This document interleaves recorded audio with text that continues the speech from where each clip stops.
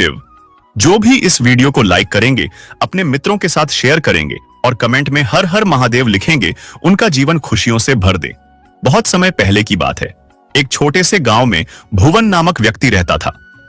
भुवन अत्यंत धार्मिक था और जीवन के हर क्षेत्र में देवी देवताओं की कृपा प्राप्त करना चाहता था। वह हर दिन अलग अलग देवताओं की पूजा करता। सोमवार को भगवान शिव, मंगलवार को हनुमान जी, बुधवार को गणेश जी और इसी प्रकार हर दिन किसी न किसी देवता की आराधना करता। भुवन का यह मानना था कि सभी देवी देवताओं की पूजा करके वह अपने जीवन के हर क्षेत्र में सफलता और सुख प्राप्त कर सकेगा। लेकिन उसकी साधना में एक समस्या थी। वह किसी भी देवता की पूजा में पूरी निष्ठा और एकाग्रता नहीं लगा पाता था। एक दिन भुवन ने महसूस किया कि उसकी साधना का कोई परिणाम नहीं आ रहा है। न तो उसकी आर्थिक स्थिति सुधर रही थी, न ही उसके जीवन में शांति थी। भुवन ने निराश होकर सोचा, मैं इतनी श्रद्धा से हर दिन अलग अलग देवताओं की पूजा करता हूं, फिर भी मेरा जीवन सुखी क्यों नहीं है? इस प्रश्न का उत्तर पाने के लिए भुवन ने एकांत में जाकर भगवान शिव का ध्यान किया। उसने पूरी श्रद्धा से भगवान शिव से प्रार्थना की, हे महादेव, कृपया मेरी समस्या का समाधान करें। क्या मेरी पूजा विधि में कोई त्रुटि है? भुवन की सच्ची प्रार्थना सुनकर भगवान शिव प्रकट हुए। उन्होंने मुस्कुराते हुए पूछा, वत्स, क्या समस्या है जो तुमने मुझे पुकारा? भुवन ने सिर झुकाकर कहा, हे महादेव, मैं सभी देवी देवताओं की पूजा करता हूं, फिर भी मुझे सुख और शांति क्यों नहीं मिलती? कृपया मेरा मार्गदर्शन करें।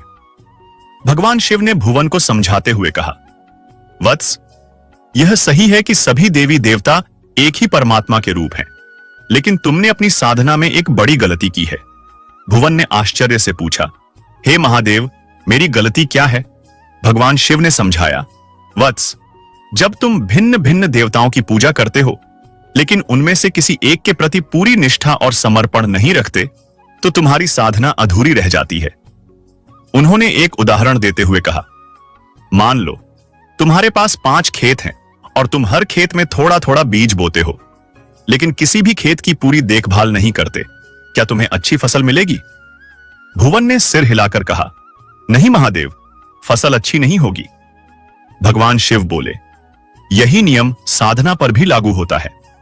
जब तुम किसी एक देवता को अपना आराध्य मानकर उसकी पूजा में पूर्ण निष्ठा से लीन हो जाते हो, तब तुम्हें उस देवता की कृपा प्राप्त होती है। अन्य देवी देवताओं की पूजा करना गलत नहीं है, लेकिन तुम्हें यह समझना होगा कि सभी देवता एक ही ब्रह्म के विभिन्न रूप हैं। भगवान शिव ने भुवन को यह सलाह दी, वत्स, अपनी साधना को एक दिशा दो। यह समझो कि सभी देवी देवता ब्रह्म के अंश हैं। जब तुम किसी एक देवता की पूजा में पूर्ण समर्पण करोगे, तो तुम्हें सभी देवताओं की कृपा प्राप्त होगी। भुवन ने भगवान शिव के उपदेश को समझा और निश्चय किया कि वह अपनी साधना को एकाग्र करेगा। उसने भगवान शिव को अपना आराध्य मानकर उनकी निष्ठा से पूजा शुरू की।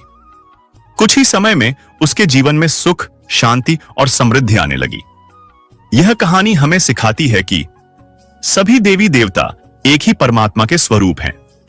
किसी एक देवता की पूजा में पूर्ण निष्ठा और समर्पण रखने से हमें सभी देवताओं की कृपा प्राप्त होती है। भिन्न भिन्न आराधना करना गलत नहीं है, लेकिन साधना में एकाग्रता और समर्पण होना आवश्यक है। दोस्तों, भगवान